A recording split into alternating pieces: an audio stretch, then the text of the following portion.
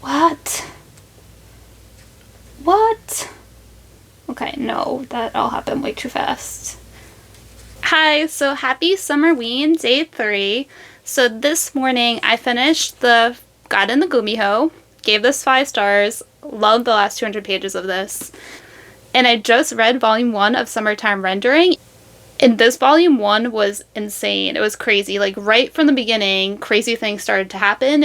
And the end of this volume was like insanity. Like the craziest things happened. And this was only volume 1. And so I want to tell you a little bit about what this is about. I'm actually going to read the small little blurb that is on the back of here because it is very vague and just tells you the barest of details. And I think that you should mostly go into this book blind.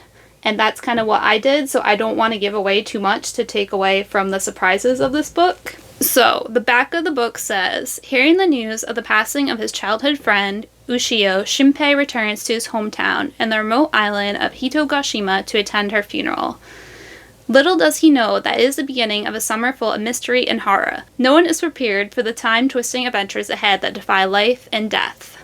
So yeah, that's all I'm going to say about that though, because I don't want to give anything else away.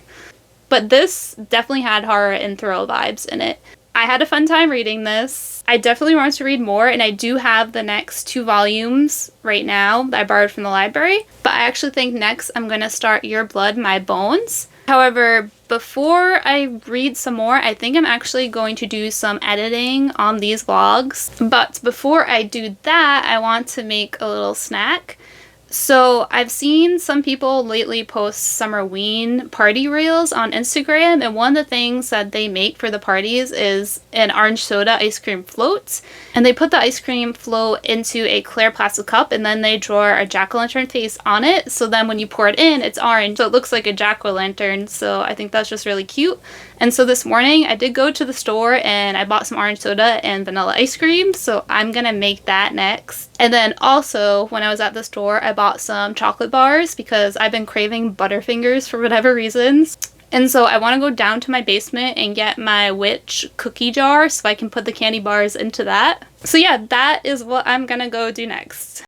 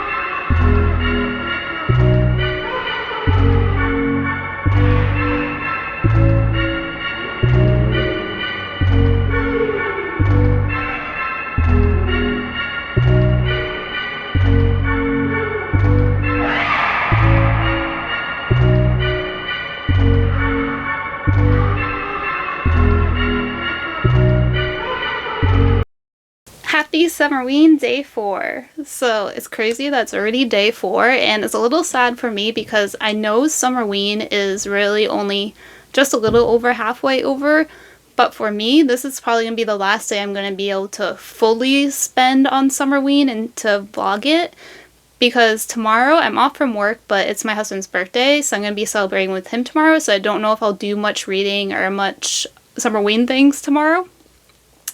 And then Wednesday, unfortunately, I have to go back to work, and Thursday I have work. So today is going to be my last full day, and it's kind of bittersweet, but I just gotta make the most of it. So last night I did not start Your Blood's My Bones. Instead, I ended up reading volume 2 of Summertime Rendering. And this, like volume 1, crazy things continued to happen, and it also ended on a crazy cliffhanger as well. And so I'm definitely going to continue reading this series. And then this morning, I was curious, so I checked out the anime of Summertime Rendering and I watched episode 1. And episode 1 seemed to be like a faithful adaptation of the manga so far. And I just really liked being able to hear the characters' voices and to see it animated. And the animation for the anime is really pretty, and the art style is like very similar to the manga. Like, that didn't change very much. And so then after I watched that episode, I did finally start Your Blood, My Bones. And okay, so first let me just tell you a little bit about this is about, and then we'll get to my first thoughts. So this book follows the alternating perspective of our two main characters, Wyatt and Peter. And Wyatt grew up on a farmhouse in Maine, and Peter was one of her childhood friends along with James. However, at one point when she is a teenager, her mother and her end up leaving the farmhouse, and it's kind of hinted at like something happened that made them leave, but we don't really know what it is. Now at the start of the book, Wyatt is returning to the farmhouse for the first time in 5 years. And she's going back there because her father suddenly passed away and he left the farmhouse to her. And she goes in having every expectation to burn this farmhouse to the ground. But when she gets there, she actually finds Peter chained up in the basement. So immediately she is shocked to find him there and she's worried and she wants to help him. But she can't find the keys to unlock his chains, and she also can't get signal on her cell phone to call out for help. But then the phone in the farmhouse ends up ringing, and it's her other childhood friend, James, and he tells her, don't release him because Peter actually wants to kill you, and he tried once when we were kids, but failed. And so then Wyatt is all confused, and then after you get Peter's point of view and you learn that he is immortal, so he can die, but he is always reborn again. So he is kind of trapped in a cycle of dying and rebirth, and the only way for him to break this cycle is to kill Wyatt. And so our story kind of goes from there. And so for my feelings so far, I'm just finding this okay so far. Like, it's fine. I'm not enjoying it as much as I thought I was going to, which makes me a little sad. And I think it just feels a little different than what I was expecting it to feel like. For one thing, there was a lot of flashbacks at the beginning of this book in order to, like, kind of explain the situation and show Wyatt's childhood and show, like, her connection with James and Peter. And I feel like because of that, it has taken a while for things to get moving and for the plot to get going. And then my other thing is I'm not enjoying the dynamic of Peter and Wyatt as much as I thought I would. Like, they're at that stage where they're kind of just mean to each other, and it's understandable because Peter wants to kill Wyatt and she knows this. But at the same time, I was expecting their dynamic to still be, like, a little cute. And there was one scene recently in chapter 10 where it started off kind of cute, but then Peter ruined it all because he said something really mean. And so overall, I feel like the story just hasn't completely pulled me in yet, and that Peter and Wyatt haven't completely clicked with me as characters yet. And I feel like usually in books that I end up really enjoying, the characters have to click with me. But that being said, I am only 108 pages in on chapter 11, so there's still over 200 pages for me to feel more connected. So hopefully that will happen. And so I physically read the first 9 chapters of this, and then at chapter 10 I switched over to the audiobook so I could make my husband's birthday cake. And I'm going to continue to listen to the audiobook because I need to wrap my husband's birthday presents before he gets home from work. And also I want to start my little Spirited Away puzzle here. So I thought it'd be fun to listen to this on audio and do this puzzle. But first, before all that, I'm going to go get lunch. And while I have lunch, I'm going to watch Gabby's Summerween vlog. She put up the first 2 days yesterday. I'm really interested in seeing the music video that she did this year for Summerween because I've loved the other 2 that she did last year for Summerween and for Winterween this year. So yeah, I am gonna go get lunch now. In case anyone was wondering, this is my husband's cake. It's a banana upside down cake, and I just pulled it from the oven. And now I'm promptly turning the oven off because it is making it way too warm in here, even with the AC on. So I got my lunch. It is broccoli, chicken, and rice. And it's just some leftovers from dinner from the other night. So I'm going to eat this and watch Gabby's vlog.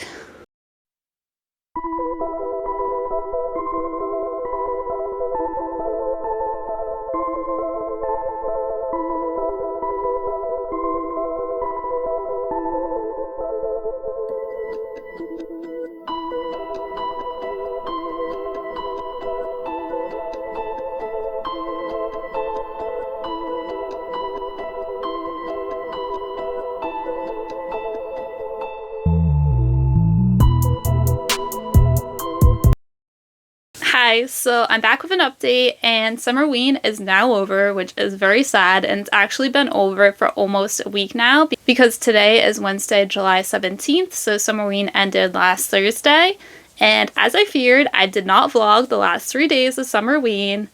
Day 5 was my husband's birthday, so we just spent the day celebrating his birthday, and we had a really nice time, and then unfortunately on day 6 I had to go back to work, and I did not have a good work day and night that day. So that just put me in a bad mood. And then Thursday I went to work again. And Wednesday I had a closing shift, and Thursday I had to be in for a morning shift. So I just was tired that day all day and still not in a very good mood. But that being said, I do have some reading updates. Because on day 4, I did finish all of Your Blood, My Bones. And I read this all in a single day, and I haven't done that in a long time. And this whole reading experience just kind of felt like a fever dream for this book. I am giving it 3 stars. The first 200-ish pages, I didn't really enjoy them. I felt intrigued and I was interested in what was going on, but I wasn't exactly enjoying it.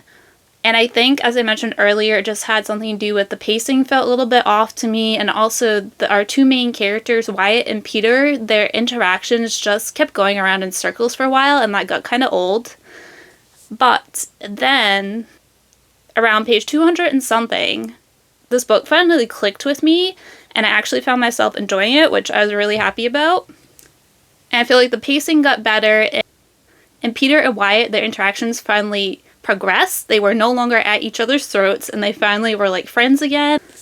And there were finally some cute and romantic scenes between them that I had been waiting for. And then the ending of this book, I kind of predicted how it was going to end. But there was also something else that happened in the ending that I didn't predict. And I really liked that twist, and it was very much a pleasant surprise. Although I do kind of wish, the thing that I had predicted, I didn't really want it to happen, but it did, which was a little bit unfortunate. But again, this is that kind of book, so I shouldn't really be surprised.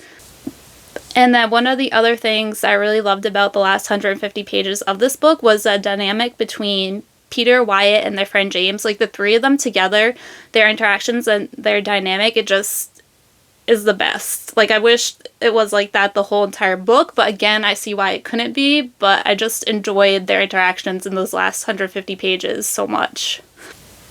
And also, because I enjoyed the last 150 pages so much, I feel like at some point in the future I may pick this up again to see if I do enjoy the beginning more now that I know how it all ends. And also, I feel like this book didn't click for me right away because it wasn't quite what I was expecting it to be like in the beginning. I think my expectations were just off. And that might just be a me thing because this book isn't 100% what I usually read. So that might be why I didn't quite enjoy it as much as I thought I was going to. And this might be a book that's perfect for someone else, but it's just not perfect for me. So that's that. And then the only other reading I did in those last 3 days was on day 5. I read a little bit of volume 3 of Summertime Rendering. I made it a little less than halfway through, and this is just continuing to be exciting and creepy, and I shall continue on. And then days 6 and 7, I did no reading whatsoever because I was just exhausted from work. And so now I'm just going to quickly wrap up this video by going through the prompts in my TBR and seeing how I did.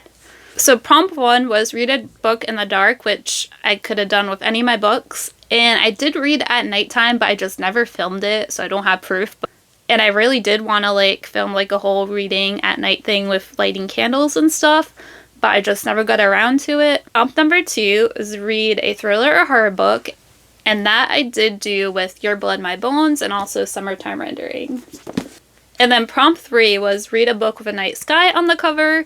So that is actually the one book I did not get to that was on my TBR was Draw Down the Moon, which I'm sad about. But I do still plan to read this, just not in this vlog. And at some point, I'm going to read this. And I think I'm going to do a reading vlog entirely devoted to this book. But speaking of the prompt, read a book with a night sky on the cover, I did complete that still. Because volume 2 of Summertime Rendering does have a night sky on the cover. And then prompt number 4, read a book with 5 words in the title. That I did complete by reading The God in the Gumiho. This was definitely my favorite book of Summerween. I loved this so much, and I definitely recommend it if you like cozy fantasy romance books. The last prompt number 5, was read a book that takes place in the summer. And again, that was Summertime Rendering. So I feel like I did pretty good with the prompts and my TBR. There was just really one book I didn't get to. And overall, I had a lot of fun this Summerween. I just wish that I had the whole readathon off, so maybe next year I'll be able to get all 7 days off from work. We'll have to wait and see though.